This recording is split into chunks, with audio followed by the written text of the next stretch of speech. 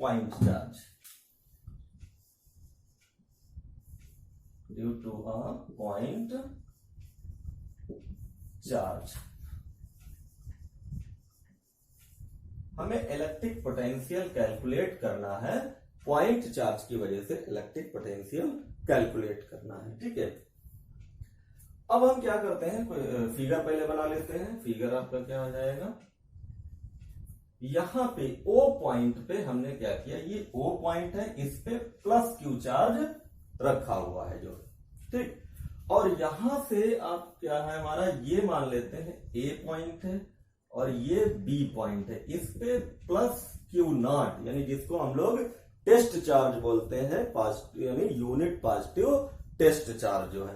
और ये test charge हम A पॉइंट पे कहां से लाए हैं, इन्फिनिटी से ये हम Q0 लेके A पॉइंट पे आ रहे हैं। ठीक है, अब यहां पे कोई P पॉइंट ले लेते हैं, ये कोई P पॉइंट ले लेते हैं। इस P पॉइंट पे हमें इलेक्ट्रिक पोटेंशियल कैलकुलेट करना है और इसकी डिस्टेंस कितनी है, यहां से यहां तक ये R डिस्टेंस ले लेते हैं और यहां से यहां की डिस्टेंस X ले लेते हैं ये।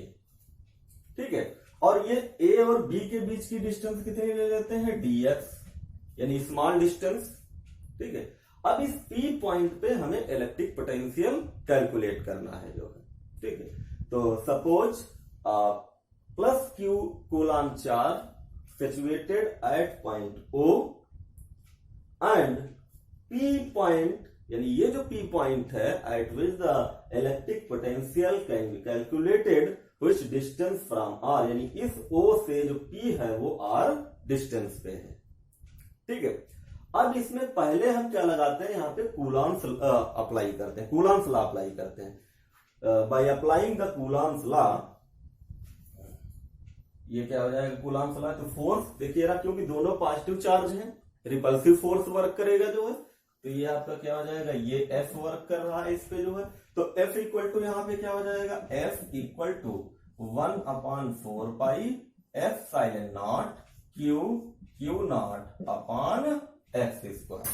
ठीक है, यानी अप्लाइंग द कूलॉम्स लॉ, तो फोर्स कितना हो जाएगा आपका जरा, F equal to 1/4 pi epsilon naught Q naught upon X square. ये हमारे पास फोर्स निकल के आ गया कि कितना फोर्स इस पे वर्क करेगा जो है।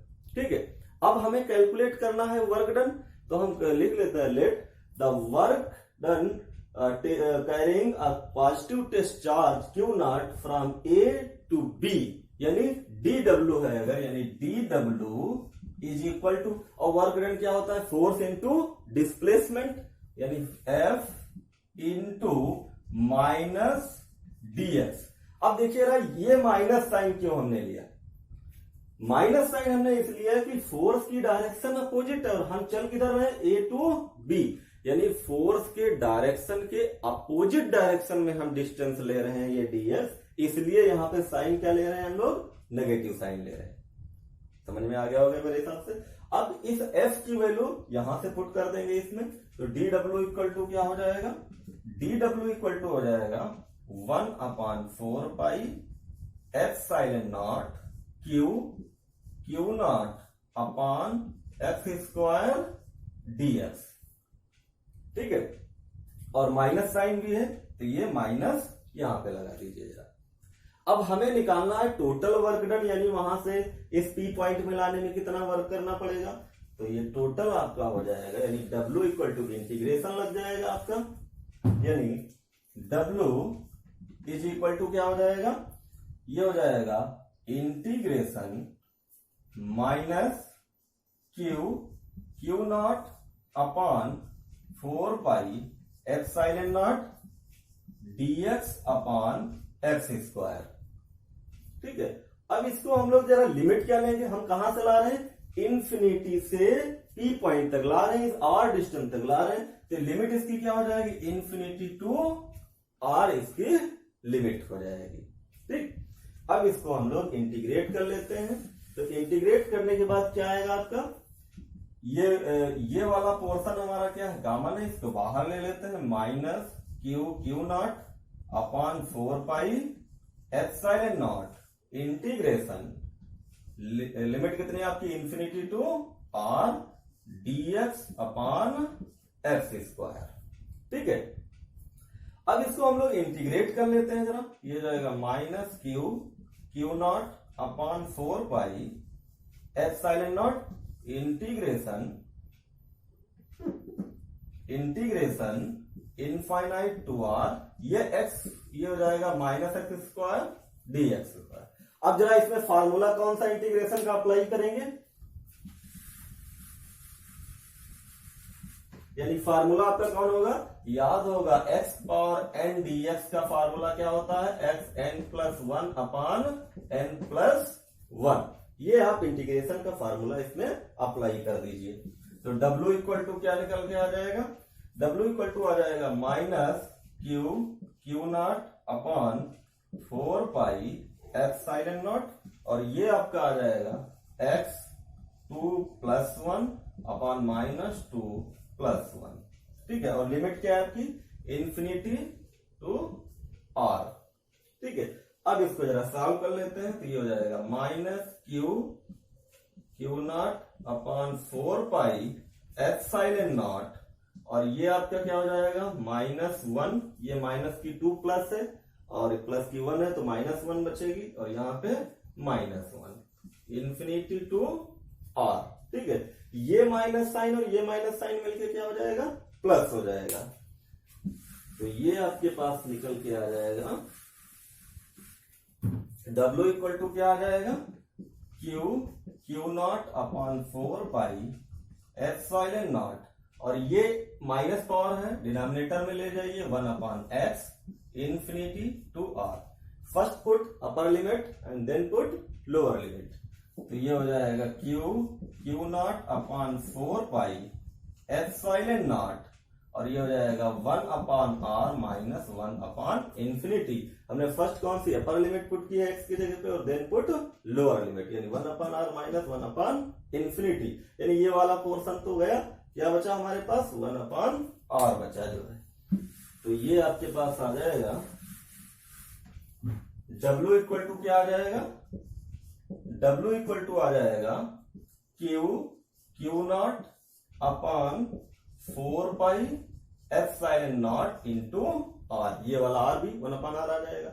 ये तो आपका W आ गया निकल के। हमें क्या कैलकुलेट करना है, पोटेंशियल कैलकुलेट करना है, यानी इलेक्ट्रिक पोटेंशियल कैलकुलेट करना है। और electric potential V equal to क्या होता है, W अपॉन क्यू नॉट। ये हो जाएगा Q naught upon 4 pi epsilon naught into Q not, ये वाला क्यू नॉट आ जाएगा इंटू में, ये क्यू नॉट कैंसिल हो जाएगा।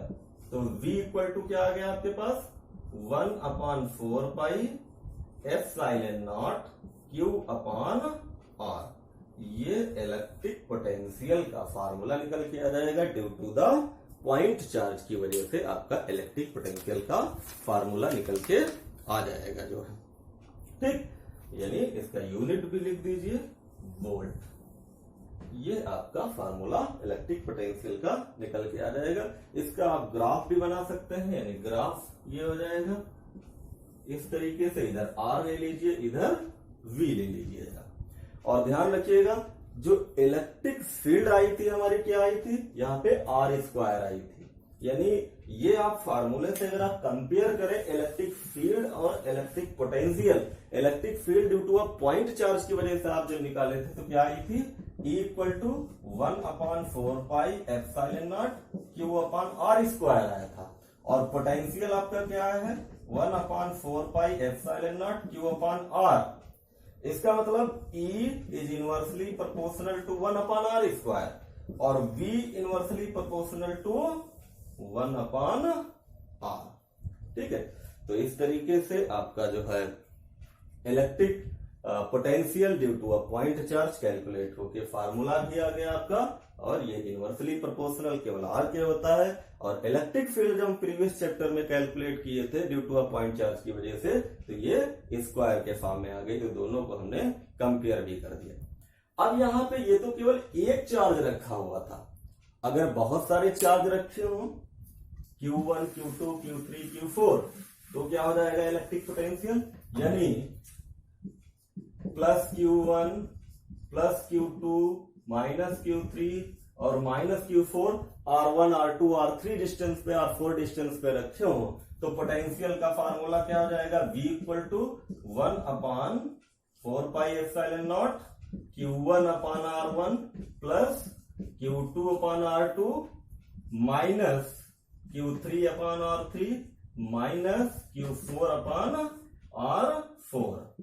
ठीक है, यानी अगर एक से ज्यादा चार्ज रखे हुए हैं R1 R2 R3 R distance पे तो पोटेंशियल का फार्मूला क्या आ जाएगा, 1/4 pi epsilon naught Q1 upon R1 plus Q2 upon R2 minus Q3 upon R3, क्योंकि यहाँ पे माइनस था इसलिए यहाँ माइनस आ गया, माइनस Q4 अपॉन R4 क्योंकि ये माइनस था।